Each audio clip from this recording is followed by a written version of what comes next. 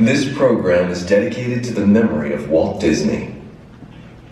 In 1971, his love for America inspired the creation of the Hall of Presidents, a place to celebrate the optimism and goodwill he saw at the heart of the American story.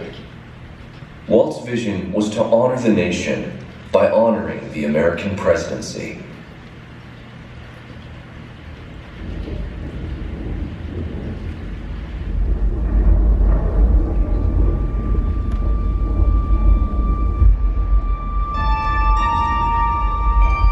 It is 1783, and the smoke is clearing in the wake of the Revolutionary War.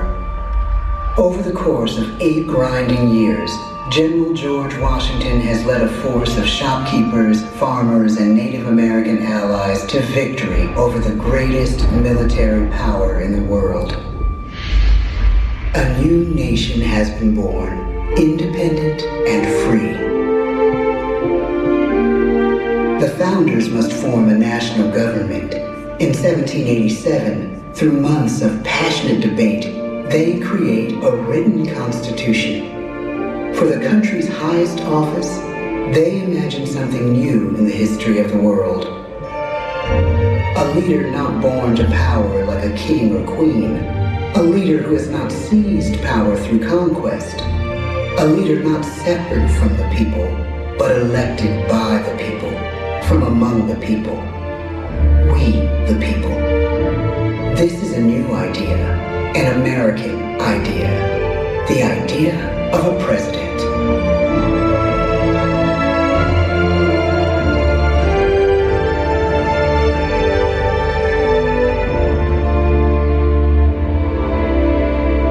The people don't know exactly what a president will be, but there is little doubt who it will be. George Washington's stature and bearing have marked him as a leader. His integrity has made him a great one. Washington knows that many generals who have led successful revolutions make themselves dictators or kings. Instead, he steps down from power and retires to his home, Mount Vernon. The world takes note, and George Washington becomes the symbol of American ideals. In the first presidential election, it's Washington by a landslide. The only doubt seems to be his own. He writes, "Integrity and firmness is all I can promise. Integrity and firmness is exactly what we need." Everything he does as president will set a model for his successors. His final act may be the most important of all. After 2 terms, with no term limit in the Constitution and amid overwhelming support to stay in office, he steps down once again and hands power back to the people. He wants us to speak, to elect a new president. During the early years of the Republic, we choose leaders as different as Thomas Jefferson, John Adams, and Andrew Jackson. Elections are often bitter. Each president stands at that fiery intersection where personal character meets the challenges of the times. Some call the presidency a glorious burden. Jefferson calls it a splendid misery. We, the people, must choose well. We elect 15 presidents before the course of history brings us to the edge of a crisis like no other. A nation born of freedom still permits slavery. As the country pushes west, will new states be slave or free? The question produces bitter conflict. The issue rocks the election of 1860 and brings Abraham Lincoln onto the national stage. The tall, lanky, some say uncouth candidate from Illinois is a master of words at a time when speeches are printed in full for people to read. A house divided against itself cannot stand, he has said. With Lincoln's election, the House does indeed divide. Civil War. 11 states secede from the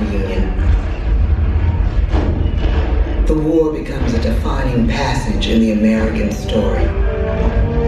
The president's own inner strength and depth of character changed the course of history. Lincoln had come up the hard way on the American frontier, desperately poor, with less than a year of formal schooling. His early years were scarred by tragedy, the death of his mother, his sister, his first love. He struggles with depression, but never loses his determination to rise above it. He once said he's driven by a desire to leave the world a little better place for having lived in it. The war rages. Lincoln fights to preserve the Union and end slavery. Neither is a sure thing. At Gettysburg, Pennsylvania, 6 months after one of the bloodiest battles of the war, the president dedicates a cemetery to the thousands of soldiers who died there, in words we can never forget.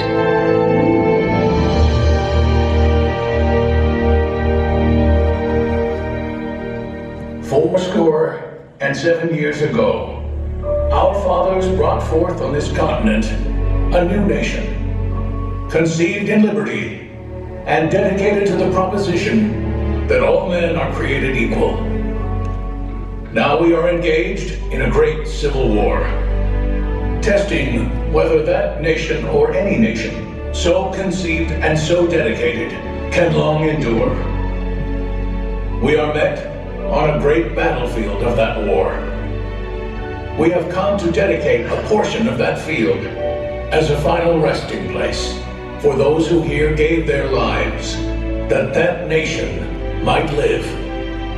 It is altogether fitting and proper that we should do this.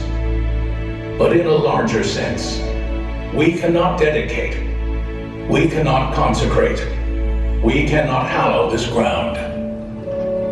The brave men, living and dead, who struggled here, have consecrated it far above our poor power to add or detract. The world will little note, nor long remember what we say here, but it can never forget what they did here. It is for us, the living, rather, to be dedicated here to the unfinished work which they who fought here have thus far so nobly advanced. It is rather for us to be here dedicated to the great task remaining before us, that from these honored dead we take increased devotion to that cause for which they gave the last full measure of devotion. That we here highly resolve that these dead shall not have died in vain, that this nation, under God, shall have a new birth of freedom, and the government of the people, by the people, for the people, shall not perish from the earth. The blood of over 500,000 Americans is spilled in this Civil War. President Lincoln's enduring hope is to give true meaning to the sacrifices of so many, to lead us to that new birth of freedom. With the end of the war and the end of slavery, a new birth truly begins. As we roll toward the 20th century, settlers roll west on wagon wheels and railroads connect the nation coast to coast. Millions of immigrants pour in from Europe and Asia. Population doubles, our economy triples, our standing among nations rises. We need presidents who can lead both at home and abroad. At the same time, a young Theodore Roosevelt is retreating from New York politics and personal tragedy, the death of his wife and his mother on the same day in the same house. In the Badlands of North Dakota, he rethinks his life and the life of his country. He returns stronger in body and spirit. His renewed energy is just what his country needs.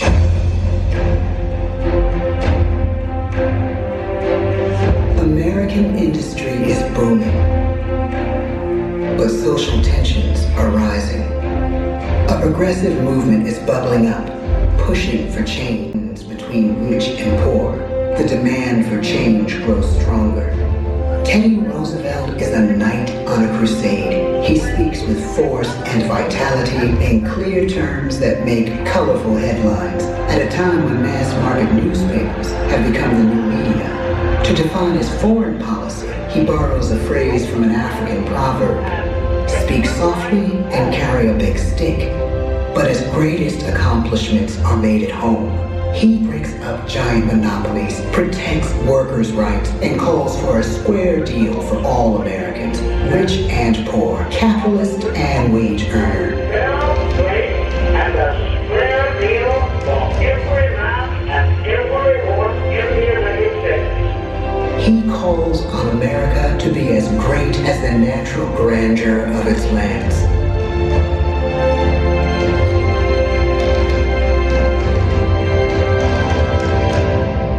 Keep your eyes on the stars and your feet on the ground, he tells us. And we do.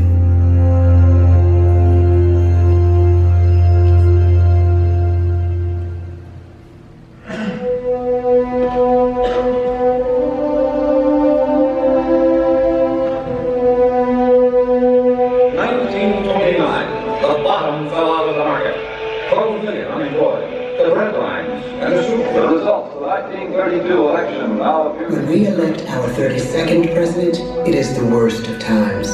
The course of history and the course of one president's life again shape a turning point in our national destiny.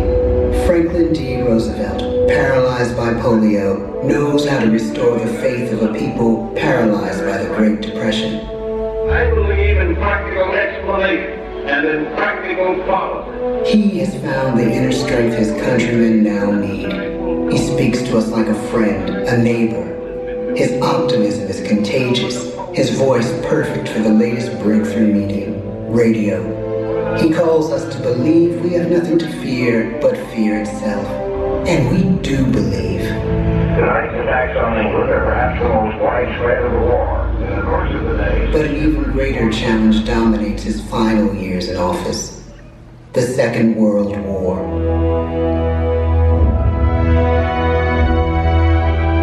We must be the great awesomeness of democracy.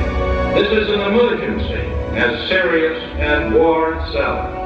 We stun the world with our production. When bombs fall on U.S. troops in Pearl Harbor, he calls us to fight on the war front and sacrifice on the home front.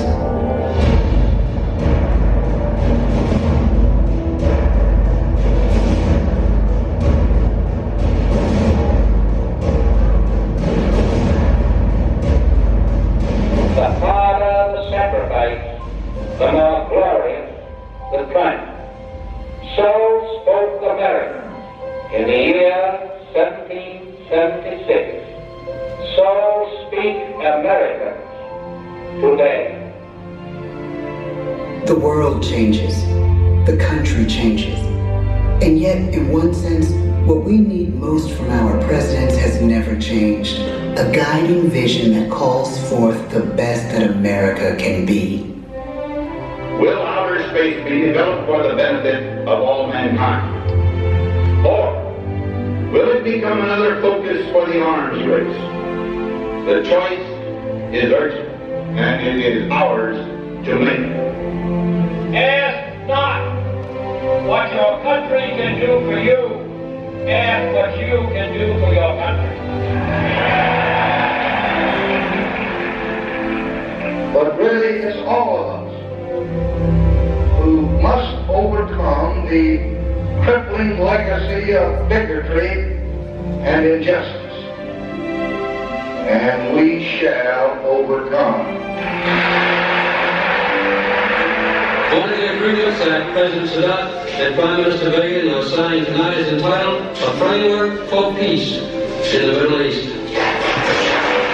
Mr. Gorbachev, tear down this wall. You have lost too much, but you have certainly not lost America. I can hear you. The rest of the world hears you. Loving this country requires the willingness to speak out for what is right, to shake up the status presidency is no longer just an idea. It is an idea with a proud history. Ladies and gentlemen, the presidents of the United States of America.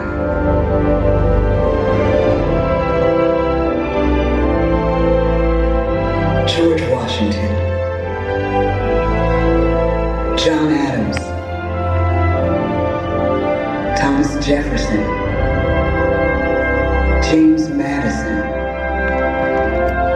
James Monroe, John Quincy Adams, Andrew Jackson, Martin Van Buren,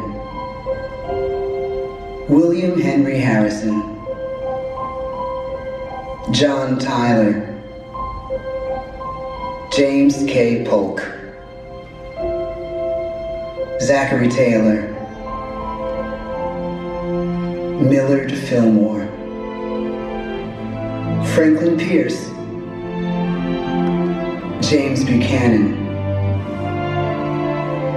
Abraham Lincoln,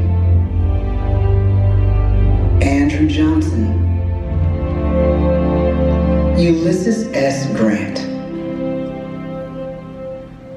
Rutherford B. Hayes, James A. Garfield, Chester A. Arthur, Grover Cleveland, Benjamin Harrison, William McKinley, Theodore Roosevelt, William Howard Taft, Woodrow Wilson, Warren G. Harding, Calvin Coolidge, Herbert Hoover, Franklin D. Roosevelt, Harry S. Truman, Dwight D. Eisenhower, John F. Kennedy, Lyndon B. Johnson, Richard M. Nixon, Gerald R. Ford, Jimmy Carter, Ronald Reagan, George Bush, Bill Clinton, George W. Bush, Barack Obama, Donald Trump,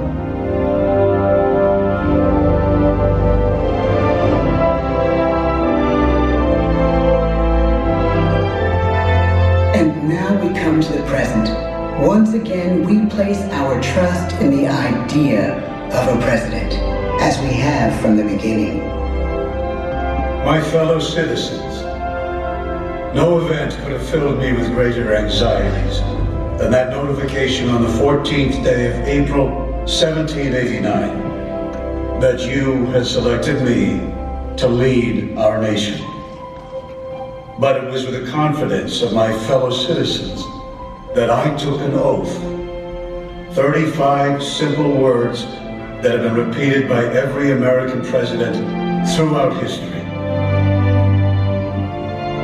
I, Joseph Robinette Biden Jr., do solemnly swear that I will faithfully execute the office of President of the United States, and I will, to the best of my ability, preserve, protect, and defend the Constitution of the United States. So help me God. The presidency of the United States is a role unique in the world, an office entrusted to each president by us, we the people. Therein lies the genius of that new idea, now over 200 years old. A new idea our presidents have turned into a great American idea again and again.